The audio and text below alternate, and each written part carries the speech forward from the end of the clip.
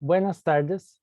Reciba un cordial saludo de parte del Centro de Investigaciones en Contaminación Ambiental, SICA, de la Universidad de Costa Rica, actualmente designado como Centro de Colaboración del Organismo Internacional de Energía Atómica, OIEA, para la calidad y seguridad alimentaria y ambiental, y que este año está celebrando su 40 aniversario de fundación. Para nosotros es una gran satisfacción que nos acompañen en este seminario de investigación titulado ¿Cómo se vuelve tan tóxico ese cabezón?, presentado por la doctora Jennifer Stinowski y que realizamos en el marco de la conmemoración del Día Internacional de las Mujeres y Niñas en la Ciencia. La doctora Stinowski obtuvo su grado de bachiller en zoología con especialización en comportamiento y neurociencia en Michigan State University y su doctorado en biología en la Universidad de Miami, en Estados Unidos. Actualmente hace su investigación en herpetología en el Instituto Cloromiro Picado de la Universidad de Costa Rica, estudiando ecología del comportamiento y desarrollo evolutivo de la toxicidad y las glándulas venenosas. Al concluir la presentación, abriremos un espacio para hacer preguntas. Para tal efecto, les agradezco que indiquen las preguntas en el chat para transferirlas a la expositora.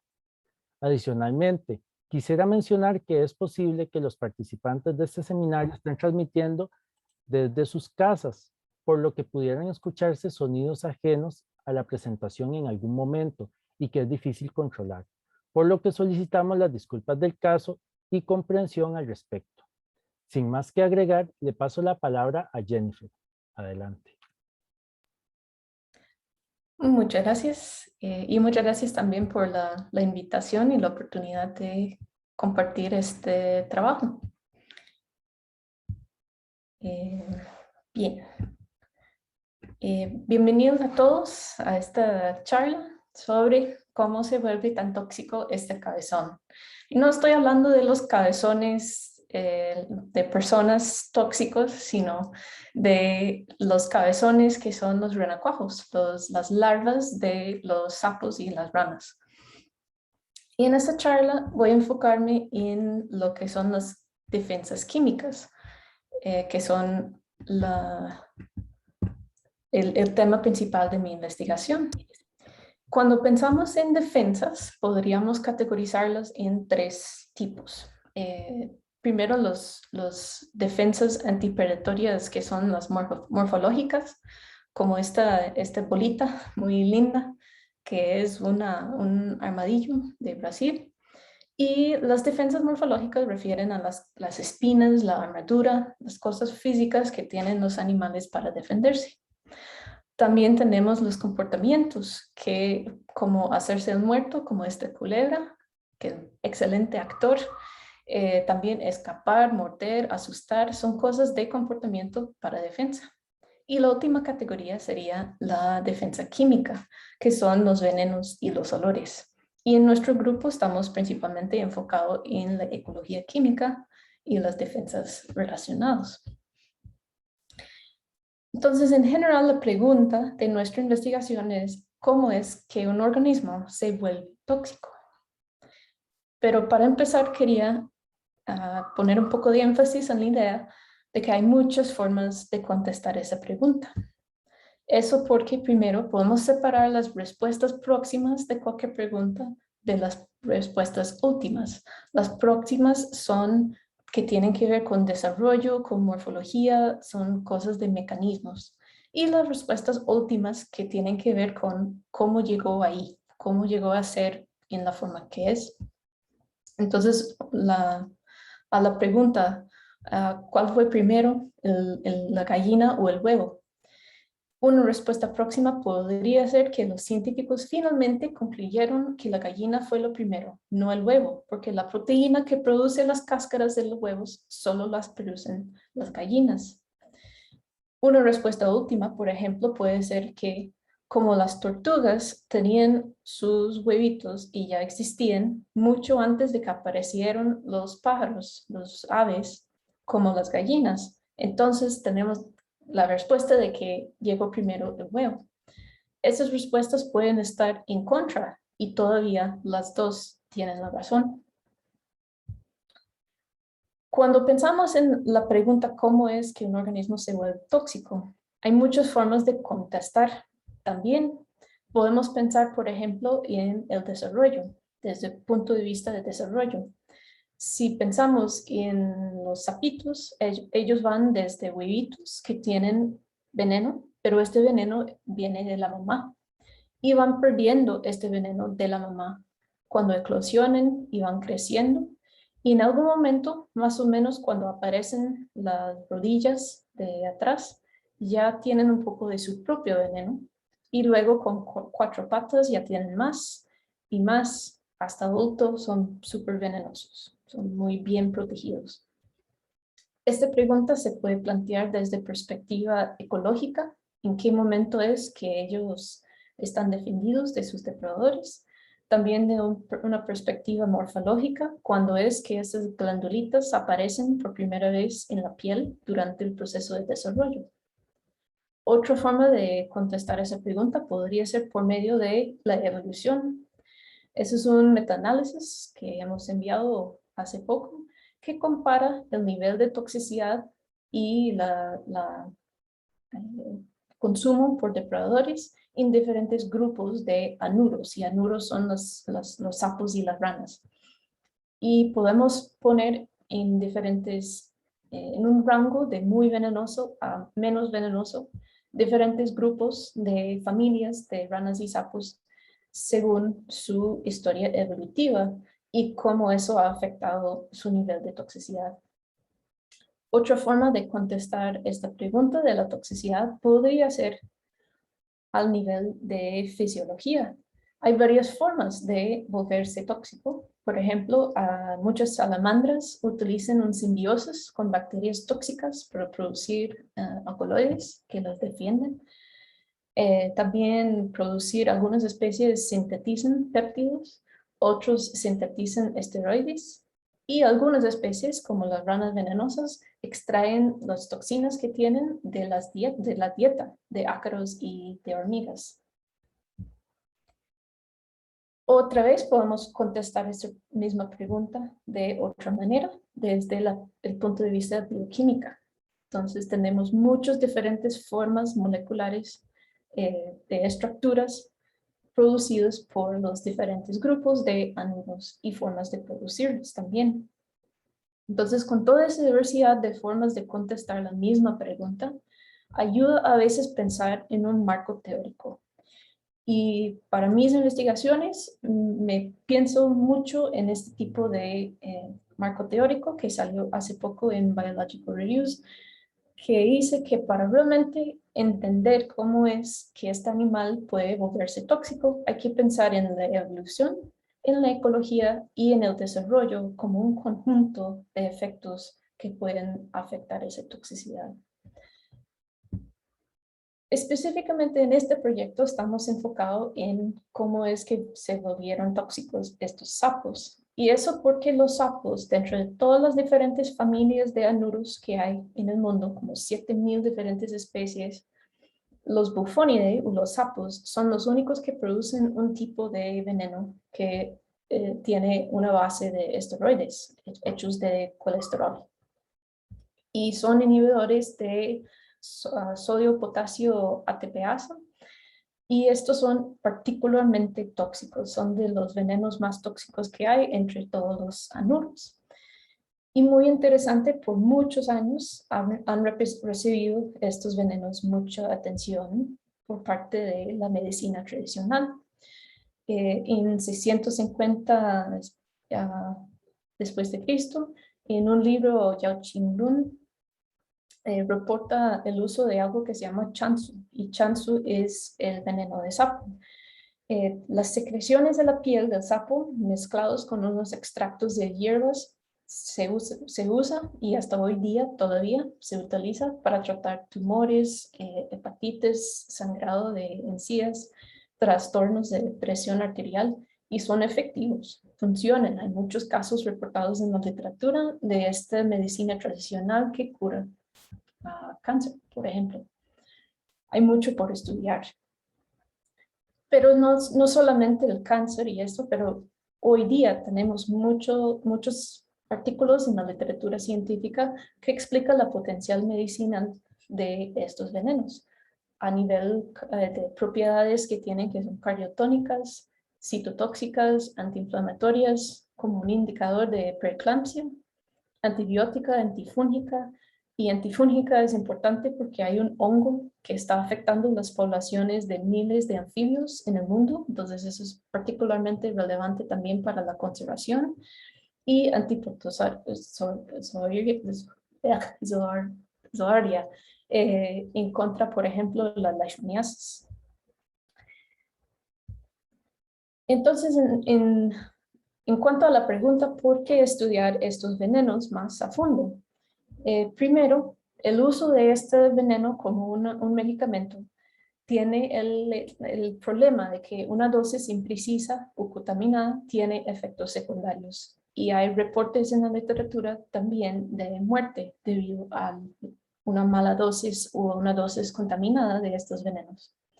También hay componentes de este veneno que representan una evolución bioquímica novedosa, que es interesante desde el punto de vista de una bióloga evolutiva que quiere entender cómo es que aparecen estas cosas en la historia evolutiva.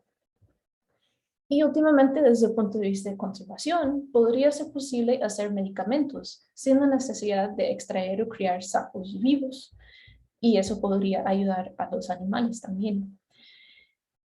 Entonces, pensando en que queremos extraer o tener estos venenos, esta parte blanca aquí, para estudiar y luego para producir tal vez medicamentos a futuro, tenemos una opción que es la extracción directa, que sería básicamente ordeñando a los sapos mismos, pero tiene varios problemas. Uno es que el veneno es contaminado y impreciso.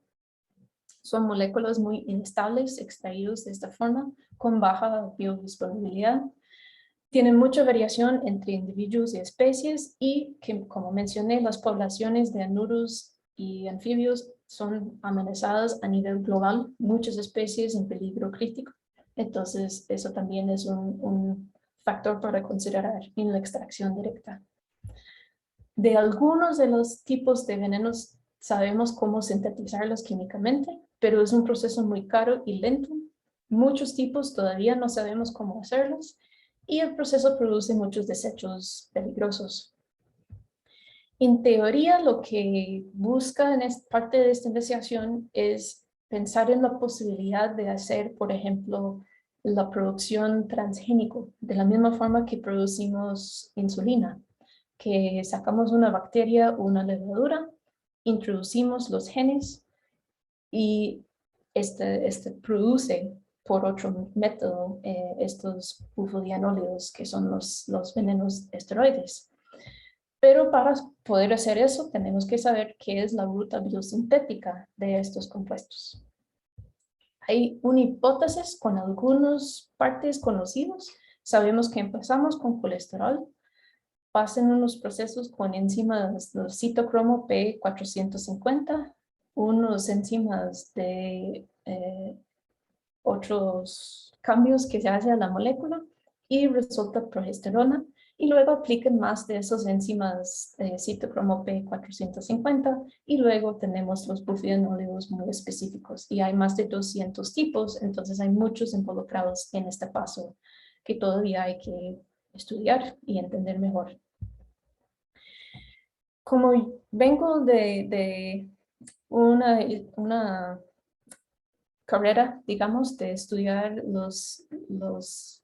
la ecología química del desarrollo de los anuros, decidí ver esto desde una perspectiva de la ontogenia de las defensas químicas de los sapos. Como mencioné anteriormente, como huevitos, los sapos todavía tienen muchos venenos, pero son los venenos de la mamá. Son proporcionados por ella a la hora de oviposicionar, de depositar los huevos. Se mantienen un poco con estos venenos hasta cierto punto, pero ya como renacuajos más grandes se piensa que son muy vulnerables y es hasta que tienen 4 patas que ya están en la metamorfosis produciendo su propio veneno. ya como juveniles producen más y tipos más tóxicos. Entonces, si sacamos esta perspectiva de desarrollo, podemos utilizarlo como un marco teórico para estudiar los compuestos químicos.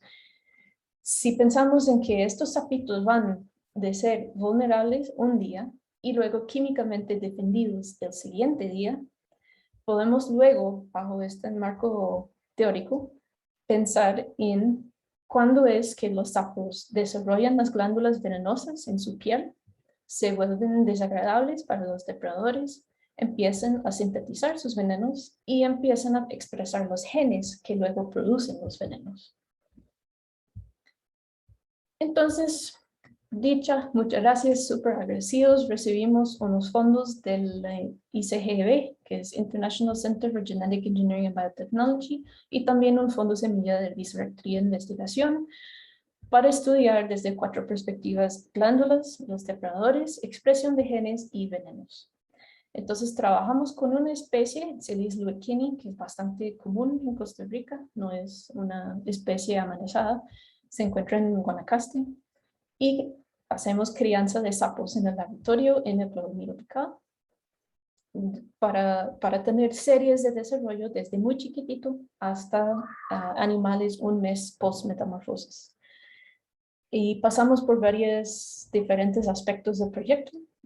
Primero de histología para ver en diferentes especies y también partes del cuerpo el desarrollo a lo largo del desarrollo de las glándulas. También unas pruebas de palatabilidad con depredadores de tilapia y un metaanálisis de cientos de otros estudios parecidos para ver cuándo es que los depredadores empiezan a evitar estos animales. Y el paso más interesante es de sacar diferentes tejidos y hacer transcriptómica con esos tejidos en 3 diferentes grupos, en 3 experimentos, digamos.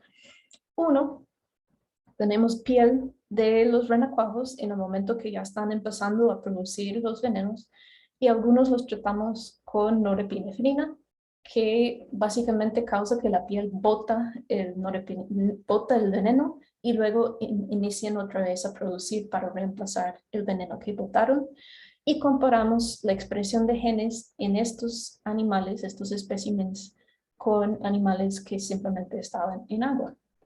También estamos comparando pieles de renacuajos del sapo que produce ese tipo de veneno con piel de renacuajos de otra especie que no produce este veneno.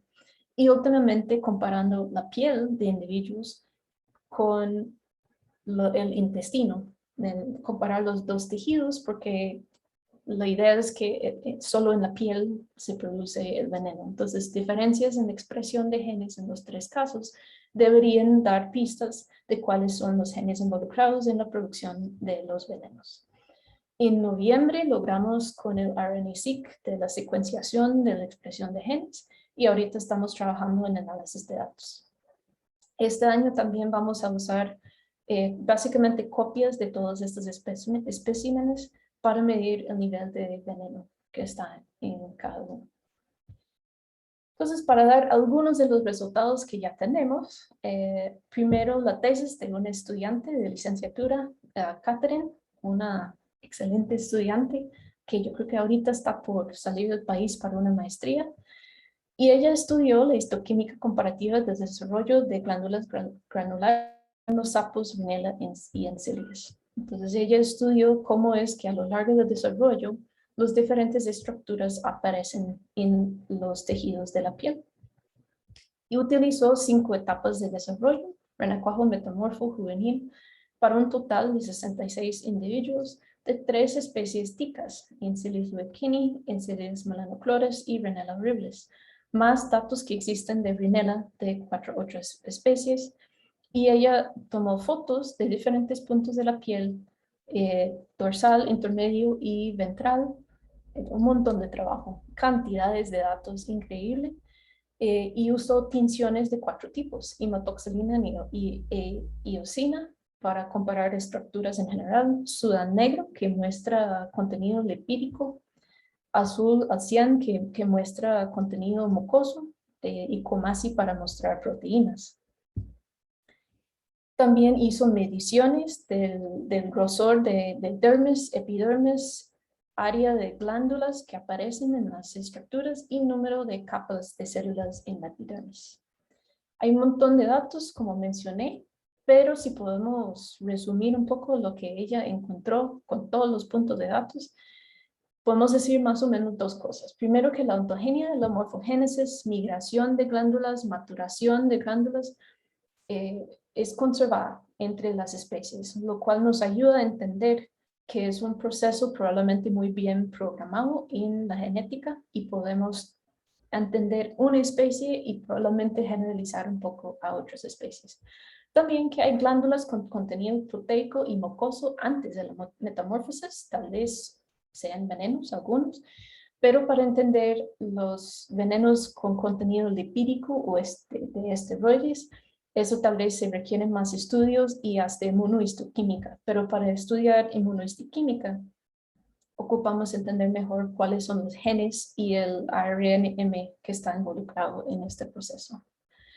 Ella también aportó un montón de trabajo y tenemos ahorita un manuscrito en revisión en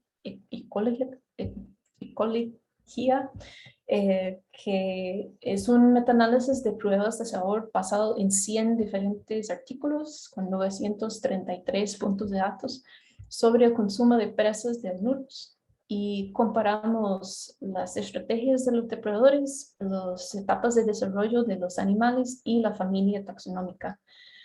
Este gráfico muestra un montón de información combinado aquí de los diferentes momentos de desarrollo y también las diferentes familias de anuros y cuáles son los más evitados por depredadores, digamos, en términos de historia filogenética y también desarrollo. Los dos mensajes principales que son relevantes para este estudio en general es que es menos probable que los depredadores comen sapos que otros anuros, es decir, que tal vez son más venenosos que los otros, y también que los renacuajos son más vulnerables justo antes de la metamorfosis, que es relevante para entender si vamos a ir y buscar cuáles son los genes. Sabemos ahora cuándo buscar, cuándo es que estos genes van a empezar a expresarse. Para el estudio de estos genes, tengo, por dicha, el apoyo de dos estudiantes, uno en particular, Noé, esto va a ser su tesis de maestría, es el análisis bioinformático de los datos transcriptómicos, y el apoyo también de Maripaz Montero, que también es estudiante de maestría en el programa de posgrado de la UCR, y ella trabaja también en el Senat de CNSA, donde hay un clúster para analizar gigas y gigas de datos como los que tenemos. La tesis de Noé se basa en dos partes. Primero, la genómica comparativa, y él va a buscar la ortología de los componentes de la ruta biosintética para identificar genes candidatos entre anuros, y luego también hay insectos, mamíferos y plantas que también producen moléculas parecidos. Entonces, buscando a nivel comparativa cuáles son los posibles enzimas involucrados. Y con los datos de RNA-seq, él va a montar el transcriptoma del sapo por primera vez en este género y en el país. Entonces, esto es muy interesante para nosotros. Y con el transcriptoma, él va a analizar la expresión diferencial con dos software y también hacer un análisis de red de correlación entre genes y asociaciones funcionales proteicas con algo que se llama StringUp. Y estos dos nos van a ayudar en buscar conexiones entre los genes que están involucrados en esta ruta biosintética. Mencioné a Catherine y a Noé, y también Nicole nos ha ayudado un montón en el laboratorio y Sofía en el campo, y sin esos estudiantes este proyecto no sería posible, no será posible. Entonces, muchísimas gracias a ellos por su participación y apoyo, y también a varios colaboradores en el proyecto. Juan Ignacio Herrera de la Escuela de Zootecnia nos está apoyando en el diseño de pellets para hacer los ensayos de palatabilidad. También Eugenia Sánchez, una venezolana postdoc en Alemania, que nos apoya mucho en la bioinformática. Mahmoud Sassi y Fabián Bonilla son los otros dos investigadores principales en el laboratorio donde trabajo en el Claudmiro, y ellos han apoyado un montón en el cuidado de animales, en el trabajo de campo, logística, permisos, etc. Y me alegra mucho que puedo trabajar con ellos en muchos proyectos. Nosotros formamos, para mencionar, el Laboratorio para la Investigación de Animales Peligrosos, me encanta ese nombre, y básicamente nos enfocamos en el estudio de diferentes animales que tienen venenos y por eso son peligrosos, y también reptiles peligrosos. Tenemos un equipo muy fuerte, muy trabajadores de estudiantes y técnicos, colaboradores, para estudiar un montón de diferentes tipos de investigación de la producción de veneno y defensas químicas antidepredatorias. El IAP, el otro lado de la moneda ahí de nosotros, es que participamos en un montón de proyectos de acción social, principalmente entrenando a los bomberos, a funcionarios del MINAE, a empresas privadas, etcétera, en cómo prevenir, tratar, manipular, identificar a reptiles peligrosos, como las culebras, los cocodrilos, etc.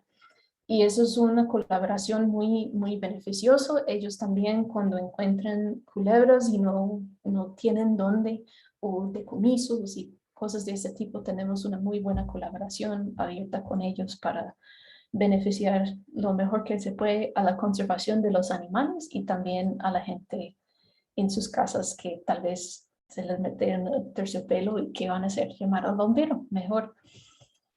Y este laboratorio de nosotros pertenece al Instituto Clodomiro Picado, donde producimos el suero por medio de veneno de culebras para distribuir en muchos lugares en el mundo. Y ahorita estamos produciendo como 150,000 frascos por año y se distribuyen en América Latina, pero también en Asia, África, Europa, muchos lugares. Y tengo mucho orgullo de tener la oportunidad de trabajar ahí. Es un excelente lugar con muchas colaboraciones entre investigadores.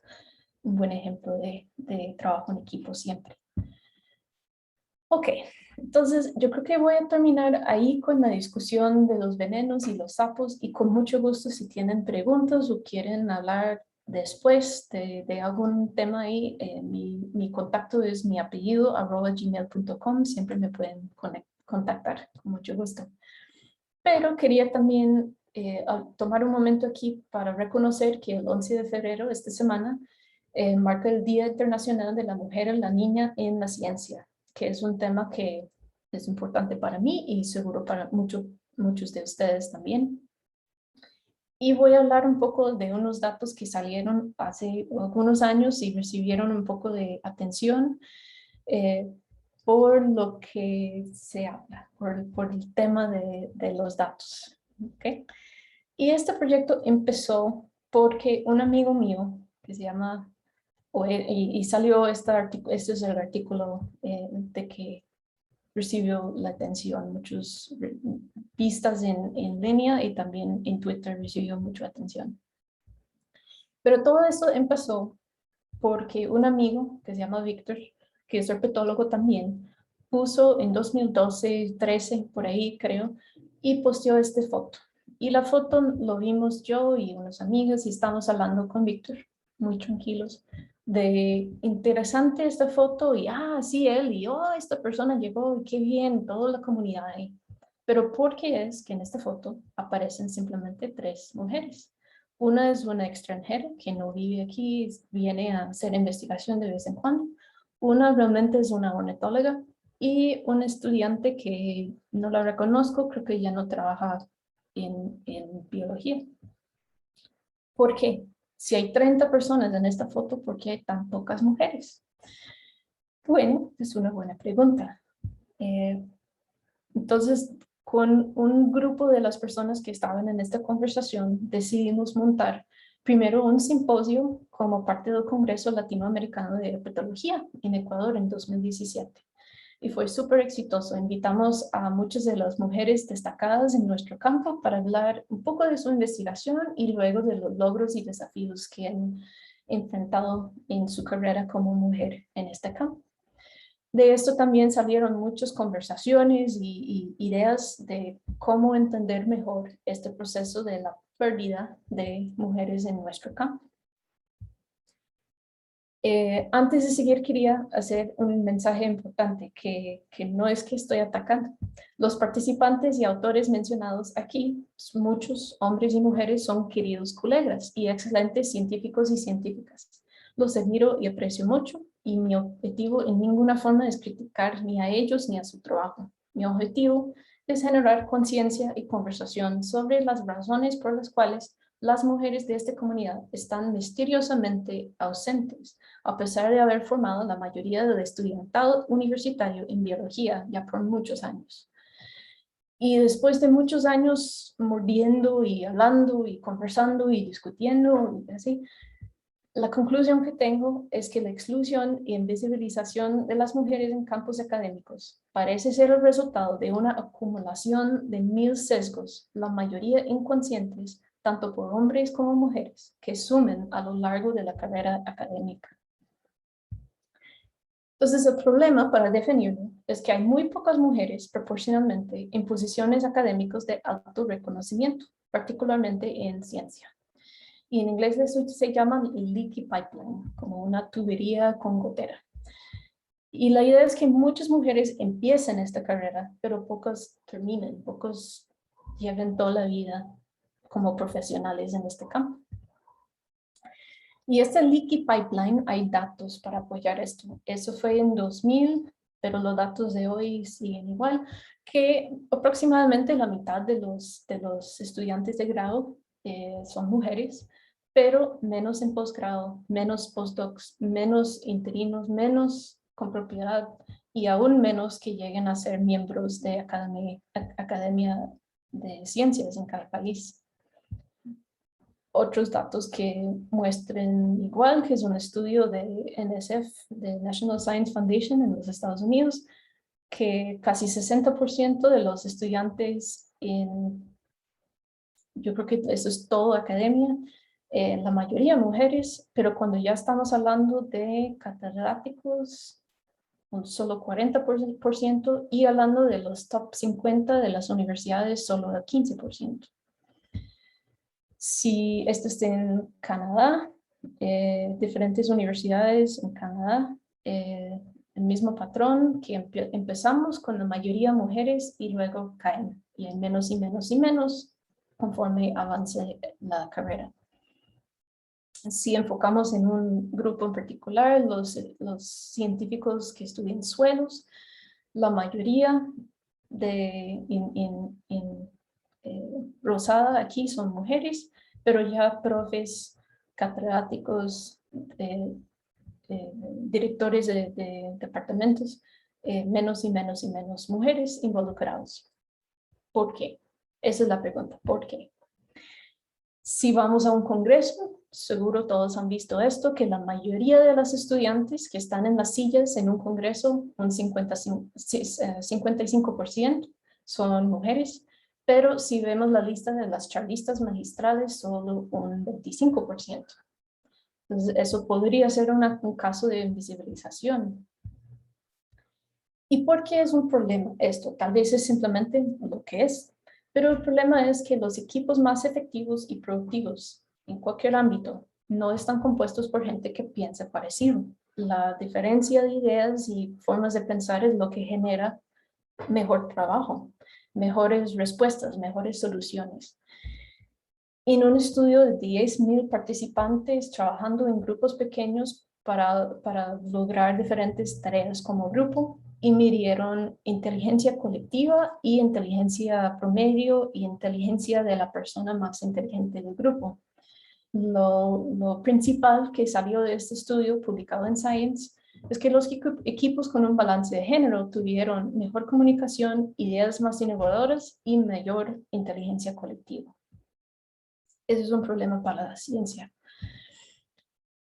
Si puedo revisar de todas las conversaciones, recursos, fuentes, expertos, etcétera, ¿cuál es la raíz de este problema? Puedo clasificar más o menos como 3 tipos de raíces: prejuicios externos, prejuicios internos y diferencias biológicas. Y voy a tocar un poquito de cada uno. De los prejuicios externos, podemos hablar de las preconcepciones de género. Seguro todos hemos escuchado cosas entre salas, entre aulas. Podemos decir que una persona es muy mala para la matemática, o podemos decir que las muchachas no son buenas para la matemática. Eso es una cosa de hombres. Esa es una preconcepción que tal vez en algunos casos sí hay algunos muchachos que no son muy buenas para matemáticas, pero tampoco muchachos. Entonces, ¿cómo manejamos esto? Hay datos también, no solamente chistes. Esto publicado en PNAS es un estudio en donde enviaron currículos de personas como candidatos de encargado de laboratorio a 127 científicos y científicas, digamos investigadores principales en laboratorios, mitad hombre, mitad mujer. Y enviaron el mismo currículo y la única cosa que cambiaron fue el nombre que aparece en el currículo. Y pusieron Jennifer, que yo no sé por qué escogieron Jennifer, pero para mí es relevante porque soy Jennifer, John. Simplemente al cambiar el mismo currículo, cambiar el nombre. Recuerde, los que están evaluando son tanto hombres como mujeres. Dieron más o menos más entre medio punto y un punto mayor en 3 categorías para el John. Simplemente porque se llama John en lugar de Jennifer, porque todo el resto del contenido del currículo fue igualito. Ese es un sesgo, prejuicio externo que todos tenemos, hombres y mujeres.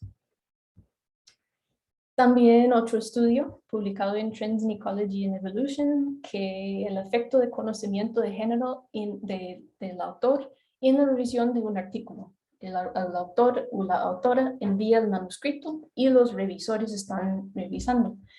Por 4 años tenían el nombre del autor y los autores incluidos y luego cambiaron a un sistema de revisión ciega. Este cambio compararon antes y después. Y lo que pasó es, después de cambiar, subió por 7% la aceptación de manuscritos por mujeres y bajó por 8% la tasa de aceptación de artículos enviados por autores hombres. Es un cambio, eso representa un cambio de 15% en la tasa de aceptación entre mujer y hombre, simplemente al bloquear el nombre, no mostrar quién fue el autor.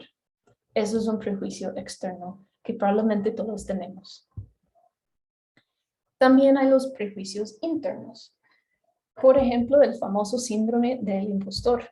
La idea aquí es que pensamos que hay todo este gris que los otros saben y lo poquito que yo sé. Porque si yo sé algo y la otra persona ya sabe de eso, probablemente ellos saben aún más que yo. Cuando la realidad es que yo sé algunas cosas y ellos también saben algunas cosas y hay un traslape, pero hay cosas que yo sé y ellos no saben, y hay cosas que ellos saben y yo no sé, pero lo vemos muy frecuentemente así. En términos de datos, si aplicamos esto fue publicado en Nature, preguntaron a estudiantes de posgrado de astronomía, a mujeres y a hombres, y les dijeron: a veces tengo miedo que otros descubrirán cuánto conocimiento o habilidad me falta, como un secreto que yo no sé tanto como aparece en mi currículum. Y en todos los casos las mujeres estaban de acuerdo con esta frase más frecuentemente que los hombres. Es decir, hay menos autoconfianza que yo sé lo que mi currículo dice que yo sé. Otro ejemplo, en un estudio en un colegio, de un examen de matemática, que en algunos casos presentaron un estereotipo y en otros casos no. Cuando se dice antes de administrar el examen que los hombres son mejores en esta tarea, Simplemente decir esto antes de entregar el examen a los estudiantes, las calificaciones de las mujeres bajaron por un 20%, comparado, o bueno, 10%, comparado con el caso de no mencionar eso, y también lo de los hombres aumentó, pero no sé si eso es estadísticamente significativo, yo no sé, pero vale la pena mencionar, particularmente para esta audiencia, que este asunto de la amenaza de estereotipo es un asunto para cualquier grupo que representa una minoría. Hay más de 100 estudios en psicología que la amenaza de estereotipo también afecta a los estudiantes afro y latinoamericanos en los Estados Unidos. Si se dice que no son buenos en eso, no van a ser buenos en eso. Así funciona nuestra psicología. Últimamente, de las 3 opciones, hay también las diferencias biológicas. Y no estoy hablando de que nuestro cerebro tiene diferencias diferentes en términos de capacidad o desempeño. Eso siempre se ha descartado en los estudios. Pero es otra cosa que estoy hablando. No es este libro realmente sobre igualdad de género indica. No es el género quien pone límites en el éxito profesional de las mujeres. Son los hijos, la familia y los deberes domésticos. Es decir, que si quitamos todos los efectos a nivel en el ámbito profesional, todavía van a haber problemas a nivel de igualdad, porque hay asuntos que no tienen que ver con el ámbito profesional, es en la casa. Y esto es una parte un poco más personal de la charla, pero mencionando unas diferencias biológicas, 2 cosas que a lo largo de mi carrera académica, dichos por mis propios mentores en el doctorado y en el postdoc. Una me dijo, si queda embarazada durante un postdoc, no se renueva el contrato anual. No se puede justificar el gasto sin resultados y productos. Es decir, si fuera yo un hombre, no me va a afectar, pero como mujer, si yo me encuentro embarazada durante el postdoc, ya no tengo trabajo. Qué miedo. Por dicha, ella me dijo eso después de terminar de trabajar con ella, pero qué susto. También el tutor de doctorado me dijo en un momento sobre otra persona en nuestra generación del departamento. Me dijo, cuando escuché la situación que tenía ella, que estaba embarazada, me retiré de su comité de inmediato, porque obviamente ella no estaba dedicada a su doctorado. Pero si fuera que fue su esposo en el programa de doctorado y ella resultó embarazada, eso indica que él tampoco está dedicado a su doctorado. No creo que lo tomamos así. Pero estas diferencias biológicas no están tomadas en cuenta a la hora de poner el currículum y comparar los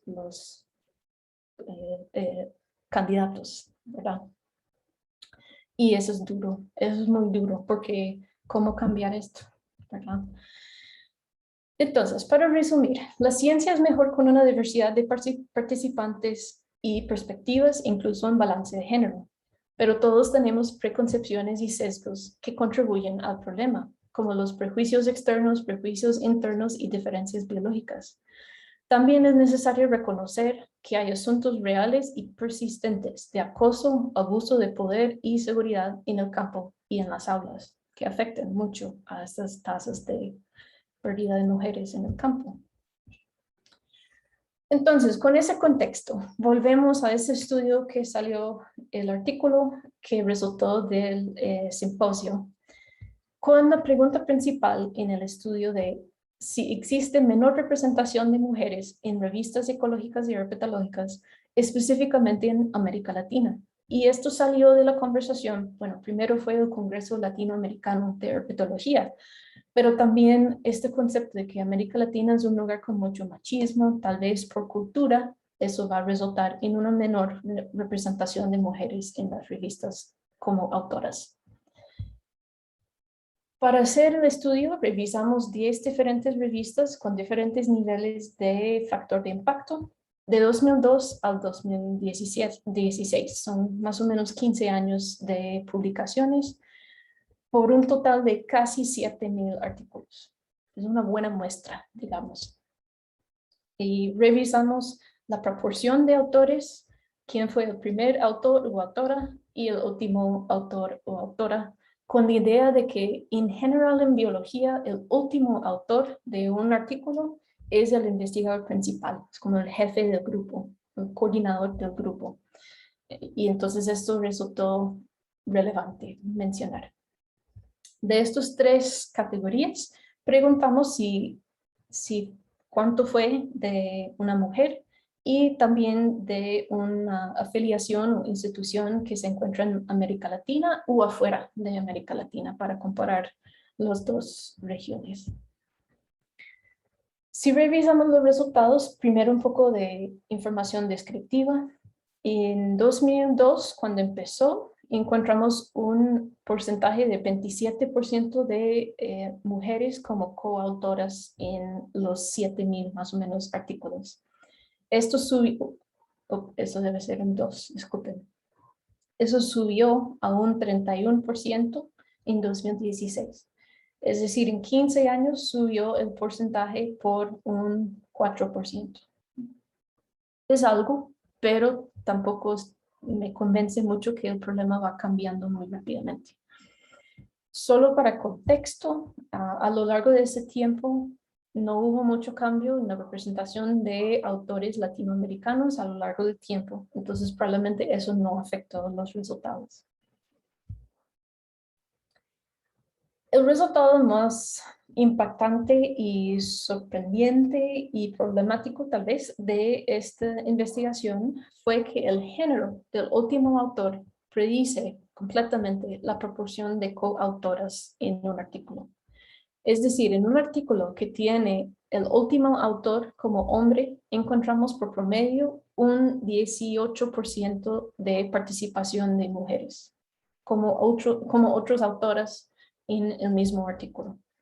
Cuando la última autora, la investigadora principal, era una mujer, era un 63% de participación de mujeres.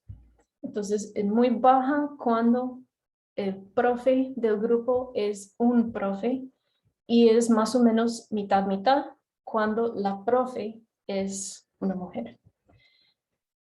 Uf, qué difícil.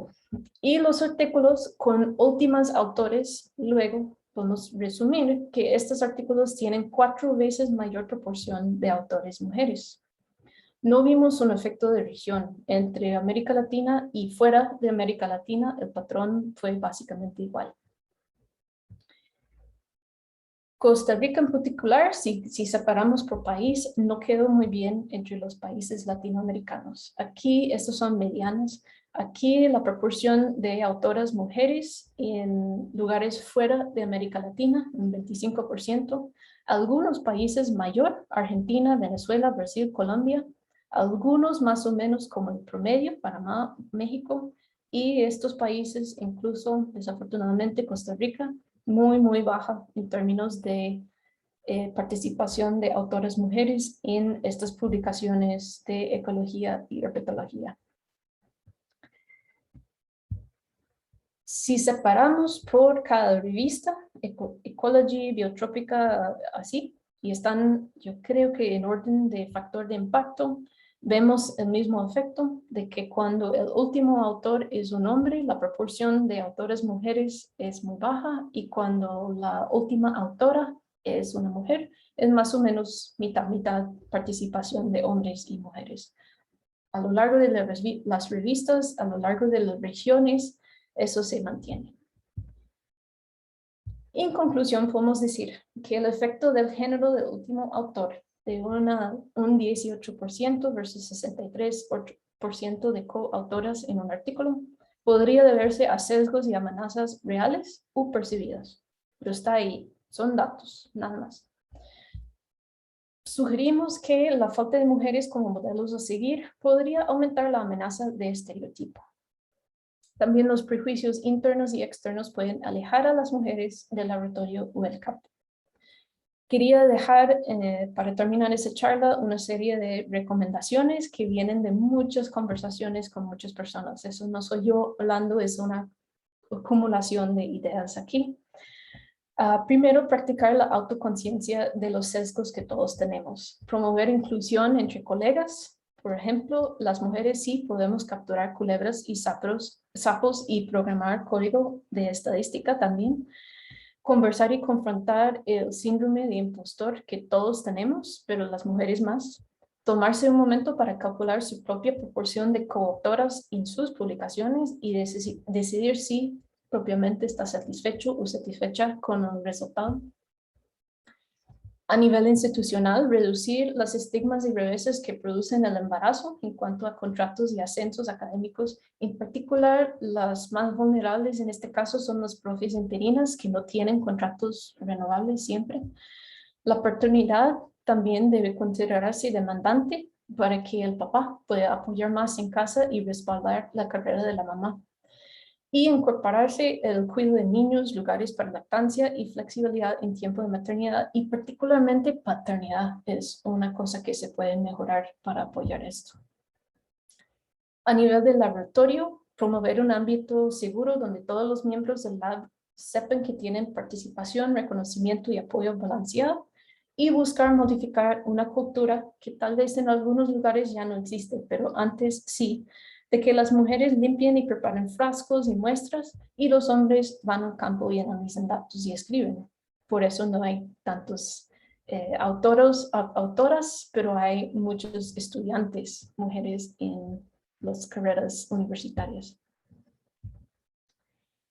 Esto es un poco incómodo, pero hay que decir que para promover una cultura de seguridad y profesionalismo, tomar en cuenta que una científica en un ámbito de ciencia no debería tener la duda de si un tutor, profesor, colaborador o estudiante está más interesado en su ciencia o en su experiencia física. Y todas mujeres en ciencia hemos tenido esta duda en diferentes momentos y no debería afectar nuestra carrera profesional. Dos diapositivas más. Particularmente para los hombres, buscar activamente equipos mixtos y elevar el papel de los buenos investigadores en publicaciones, charlas, giras, fondos. Ser consciente del efecto de iniciar colaboraciones y proyectos durante mejengas, partidos, salidas para la birra, etcétera, con los maes. ¿Cuántas veces he tenido casos así que, sí, ayer en la mejenga hablamos y bla, bla, ya no soy parte y eso afecta? Tomen la responsabilidad igualitaria de la limpieza y cuidado de niños en la casa y si pueden, si la situación tiene la oportunidad de meter la cuchara de aliado en conversaciones feas de acoso, desigualdad, machismo entre hombres. Particularmente para las mujeres, hay que publicar, hay que tener la fuerza para terminar y publicar el trabajo, porque cuántas personas conozco que tienen datos, pero sí, pero no he podido. O sea, hay que publicar, hay que aplicar para fondos, sí se puede, y hacerlo mucho. Inclúyese, busque una silla en la mesa principal. Eso no es el entorno para calladita más bonita, ni para ojitos. Hay que hablar con confianza y respeto y en voz alta hasta que te escuchen. Que a veces hay que persistir un poco, pero hasta que te escuchen.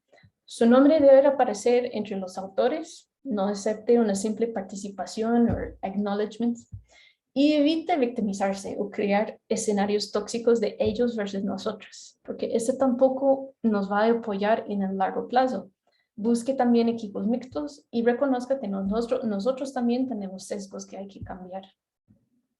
Para cerrar, quería dejar esta foto, que es la forma en que terminamos el simposio durante el Congreso, en donde pedimos que este simposio se enfoque en los pasos que podemos tomar en el futuro, en lugar de simplemente quejarnos, pensar en el futuro, con la meta de que esta foto que les mostré antes, las jóvenes herpetólogas se encuentren en estas fotos en los próximos 5 a 20 años. Eso nos toca a nosotros, mejorar esta foto.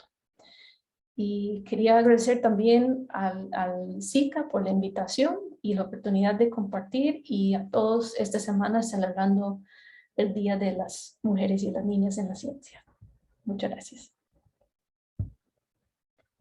Muchas gracias, Jennifer, por esta excelente presentación y muchas felicitaciones por todo este gran trabajo. Realmente ha sido muy interesante. Gracias. A continuación, abrimos el espacio de preguntas.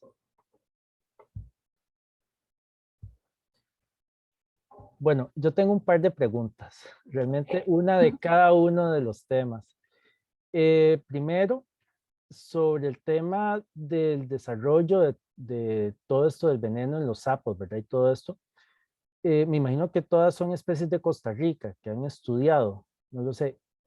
Ustedes, digamos, en el estudio han visto si, por ejemplo, las condiciones ambientales de contaminación o algo así han tenido alguna influencia en todo este desarrollo del veneno en los sapos. Nosotros específicamente no, pero puedo comentar un par de cosas al respecto. Sí, hay un par de estudios de Europa que hicieron estudios tipo ecotoxicológica, en donde como aplicaron ciertos plaguicidas y eso, Ujú. y luego midieron niveles de veneno y sí afecta. Entonces hay plasticidad en no solamente la concentración, sino el tipo de veneno que producen. Entonces es un tema que nos interesa tal vez seguir en el futuro, porque una vez que entendemos cómo es el mecanismo de producir los venenos, luego entender cómo es que ellos pueden modificar cuáles son los venenos que producen en respuesta a la exposición de estos plaguicidas.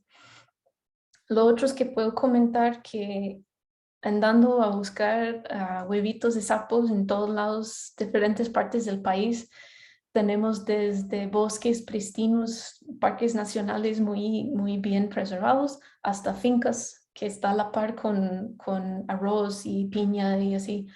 Y definitivamente, sin duda, si colectamos huevos o renacuajos de un sitio más de agricultura, se nota que cuando los llevamos al laboratorio, simplemente, siempre hay una baja porcentaje que sobreviven, que crecen bien.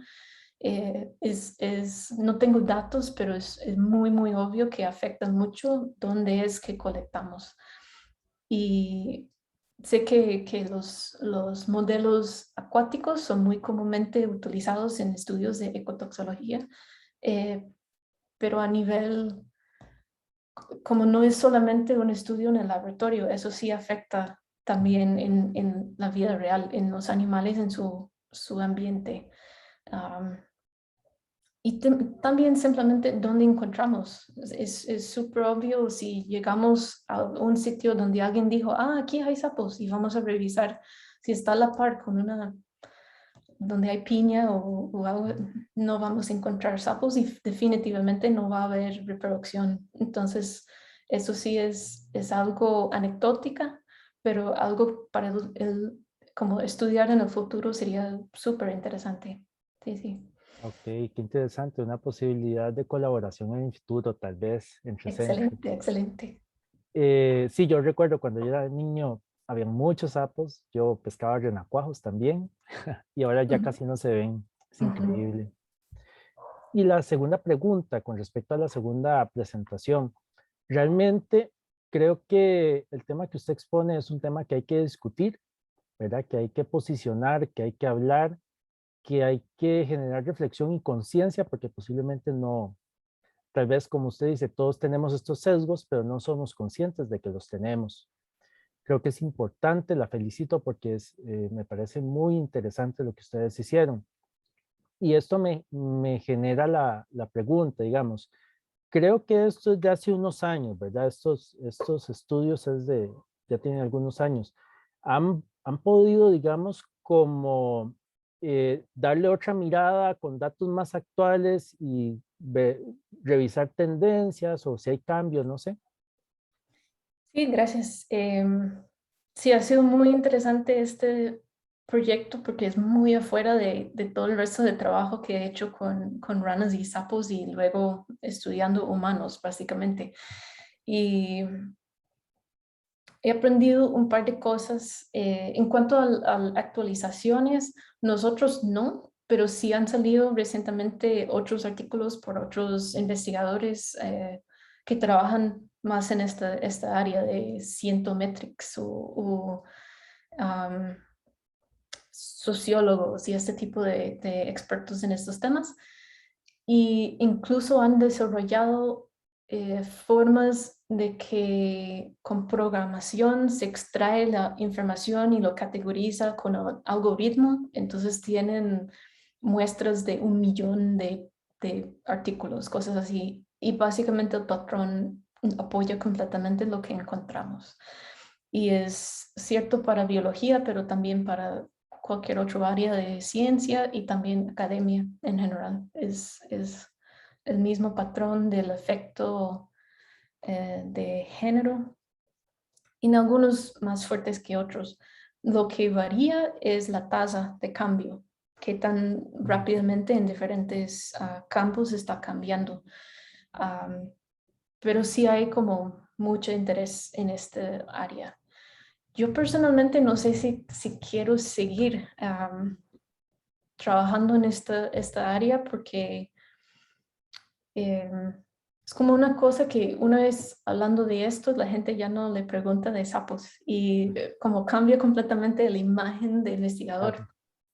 Y algo un poco feo que nunca he experimentado estudiando anfibios fue que varias personas escribieron al editor en PLOS para juzgar y argumentar y criticar el análisis de datos que hicimos.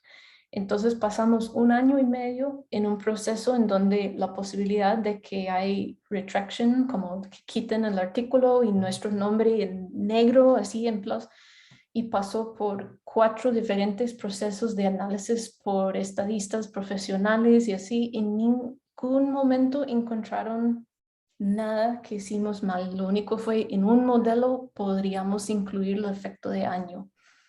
Agregamos el efecto de año y todo siguió igual.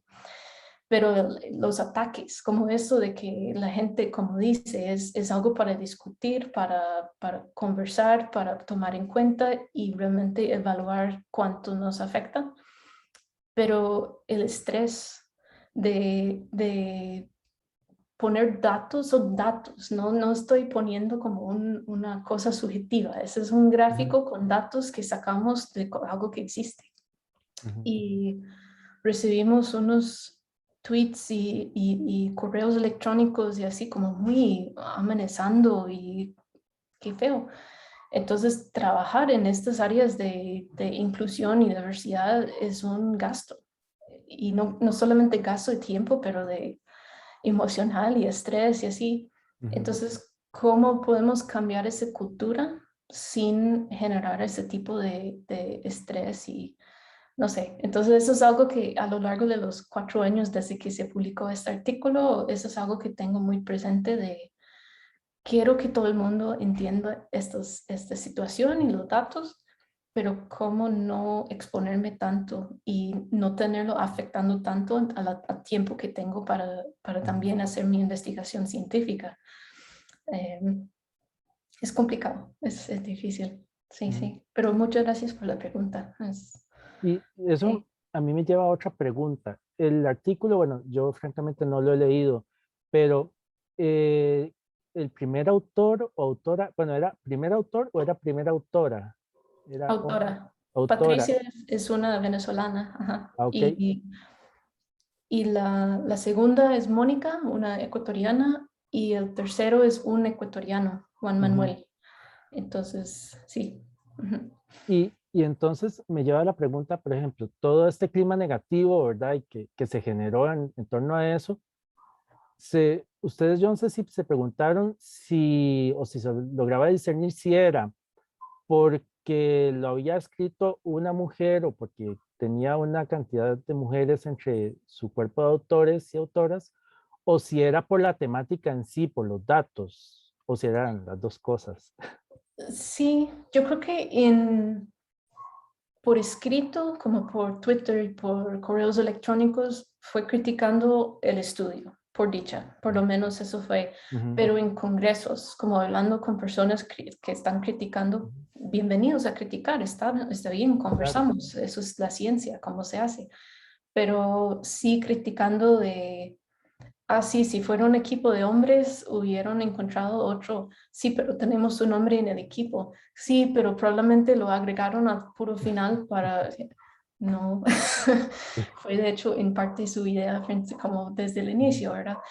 Entonces, sí, es interesante como simplemente revisamos y marcamos, hicimos modelos que fue revisado por 4 estadistas independientes, profesionales y ningún problema, pero aún así busquen cómo identificar, sí, pero es un artículo de mujeres, entonces por Ujú. supuesto van a decir que, pero qué complicado, sí.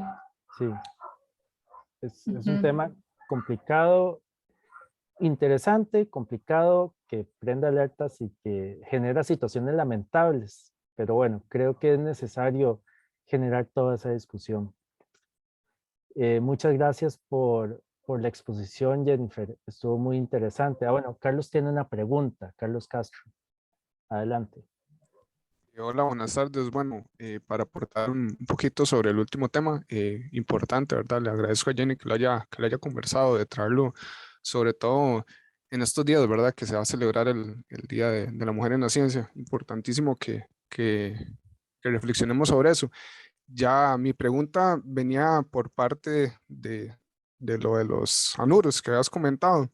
En algunos dijiste que a veces lo que era la producción de veneno se producía por la dieta. Entonces, inmediatamente pensé, por ejemplo, en el género Ophaga, que creo que se alimenta de hormigas, algunas arañas. Entonces, me imagino que esa variedad pues va a incidir en la toxicidad que ellas pueden desarrollar, ¿verdad? Entonces, no sé si me podrías ampliar un poquito eso, porque me imagino que entonces, si algunos de los animales de los que ella se alimenta, pues no están, va a tener una implicación o una consecuencia en ese veneno que ellas desarrollan. Y muchas gracias. Sí, excelente pregunta, muy interesante y vinculado con otro proyecto que tenemos de este grupo de las ranas venenosas. El grupo Ophaga, el género que mencionas, sí come de hormigas y de ácaros para extraer básicamente estos venenos de la dieta y los pone en las glándulas de la piel. Esta ranita se encuentra en toda la zona atlántica, es como el blue jeans que la gente llama, o a veces de ranita roja. En OSA hay otra especie de este grupo que se llama Vitatus, que es endémica de Costa Rica y tiene otro tipo de veneno. Y probablemente es que la rana que vive en OSA tiene algo en la dieta que no existe en el Caribe. Igual en Colombia hay otras ranas de este grupo que son súper tóxicos a nivel que nada más agarrándola puede matar a un humano.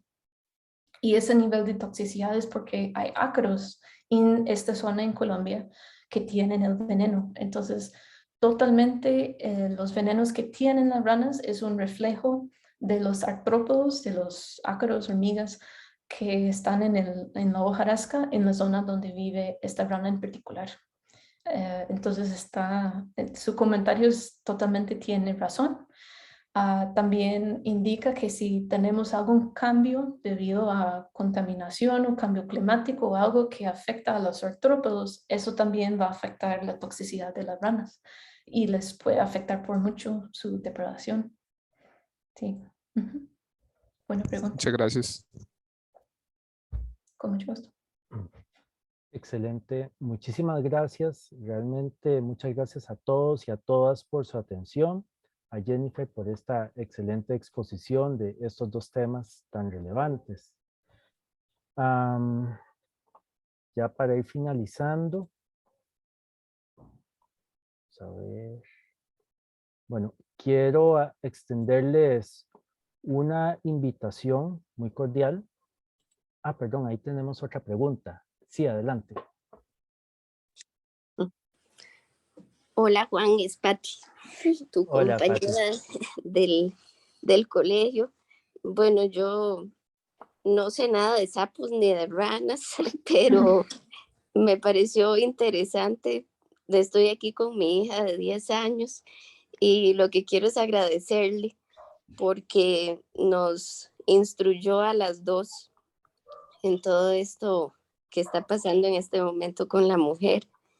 Y Muchas espero que mi hija desde esta edad aprenda que tenemos valor y tenemos que hacerlo valer. No sé si eso está bien dicho, pero le agradezco. Muy bien, gracias por el comentario y muy de acuerdo. Espero que su hija también tiene un excelente futuro, porque sí, tenemos valor. Sí, gracias. Muchas gracias, Patti. Un saludo a Lucía. Dunia, adelante. Yo, igual que la señora que acaba de conversar, no es mi área, es más el tema de la administración, pero me llamó mucho la atención cuando Juanchín nos mandó la invitación. Siempre me gusta como escuchar estudios e investigaciones que hacen en otras áreas, porque los ecosistemas, los ámbitos se pueden mezclar y lo que uno aprende de otras sociedades en la parte de los anfibios, de los animales, inclusive de los insectos y todo, también lo aplicamos como para nosotros como seres humanos y uno aprende, y uno aprende a conocer y cómo vincularse con el medio. Me pareció muy interesante.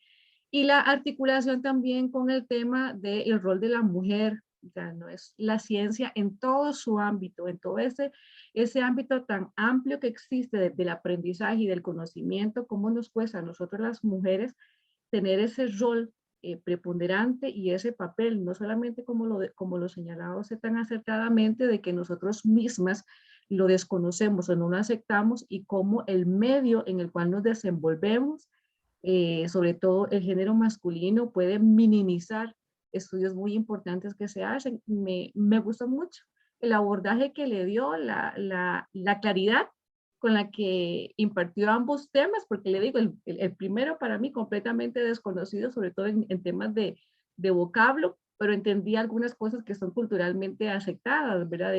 Sobre todo porque me da susto increíble los sapos, o sea, increíblemente, pero ahora sé que tienen una connotación científica completamente diferente, y agradezco la invitación y me gusta mucho que pude participar. Felicidades, de verdad. Muchísimas gracias. Qué lindos comentarios y totalmente de acuerdo. Que también he tenido oportunidades de aprender de personas en administración en términos de mejorar trabajo en equipo y talleres y cosas así. No, ningún experta, nada así, pero sí estoy de acuerdo que podemos aprender mucho al tener intercambios así. Son muy valiosas. Muchísimas gracias.